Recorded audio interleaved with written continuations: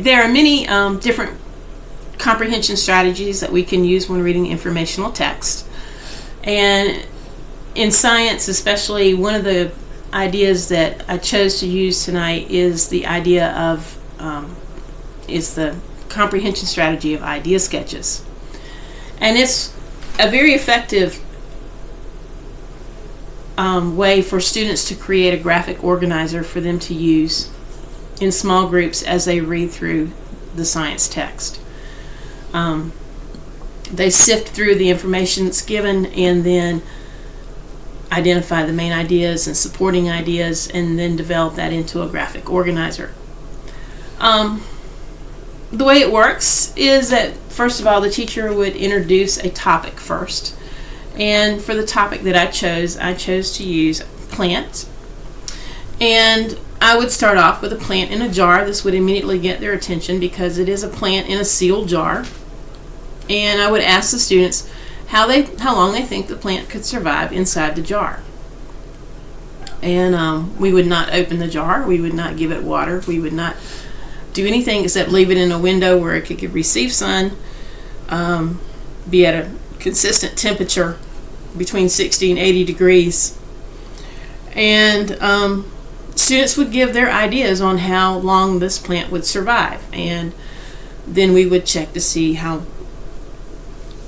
many of them were correct, or if they needed to revisit their prediction and change it throughout the year. This is an ongoing project that could be used in the classroom. And then after I introduced that topic, I would find out what the students know about plants. I would ask them, how do plants receive food? How do they get food? And then we would have a class discussion before beginning to read. And then I would assign their text for them to read. For the lower elementary, the primary grades, I chose to use a book called How Plants Grow by Helen Jordan. And as students are reading through that text, I would divide it up into small sections, groups of pages for each group to use. And they would write down some of the important things that they noticed in their reading. And at the end, I might have them do a poster about the parts of a plant.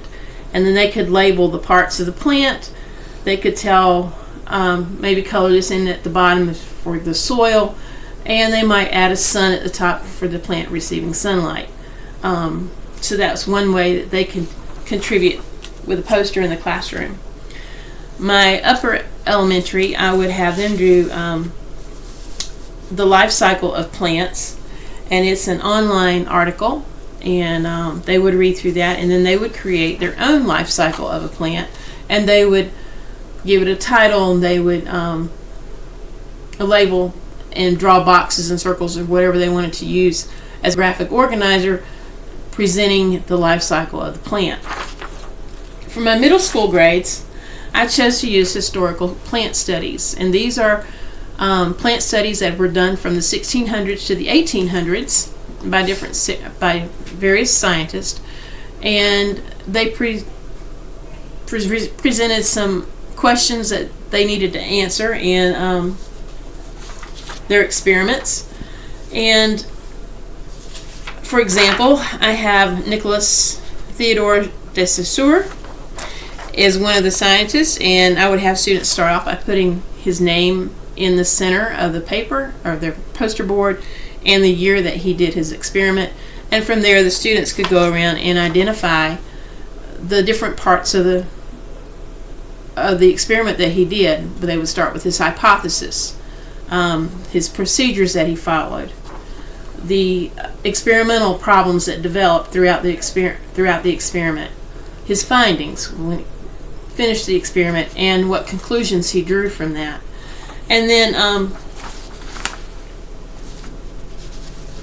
this way the students could break down that information. That's a lot of information, but it could be broken down into small sections or chunks that they could use then to put into their graphic organizer.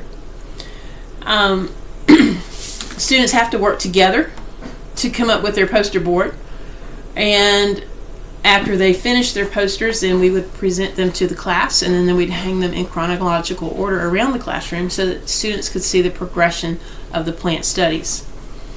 And one thing that we could do then is do a poster walk where they could go through with a sticky note, and they could make suggestions for each other's posters. They could say you needed to add some pictures, or maybe they have a question they would like to have answered by the group, and they could put that on their poster, and then later we could revisit those and use those for more class discussion.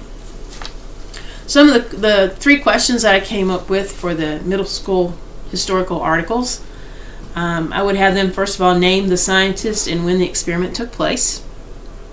I would ask them, were there any claims or theories that developed as a result of this experiment and its findings? And then I would have them look at the experiment and see if they could find any problems or issues with the experiment itself, and to describe those. Research has shown that idea sketching can benefit in reading comprehension by directing this attention and forcing students to order and to select and organize the important details and information from the text. It allows for a better recall of comprehension of the concepts presented, and students become proficient. The more proficient they become, the better they are the better for the learning outcomes they are. Primary grades can benefit from it because it helps them teach them to think scientifically.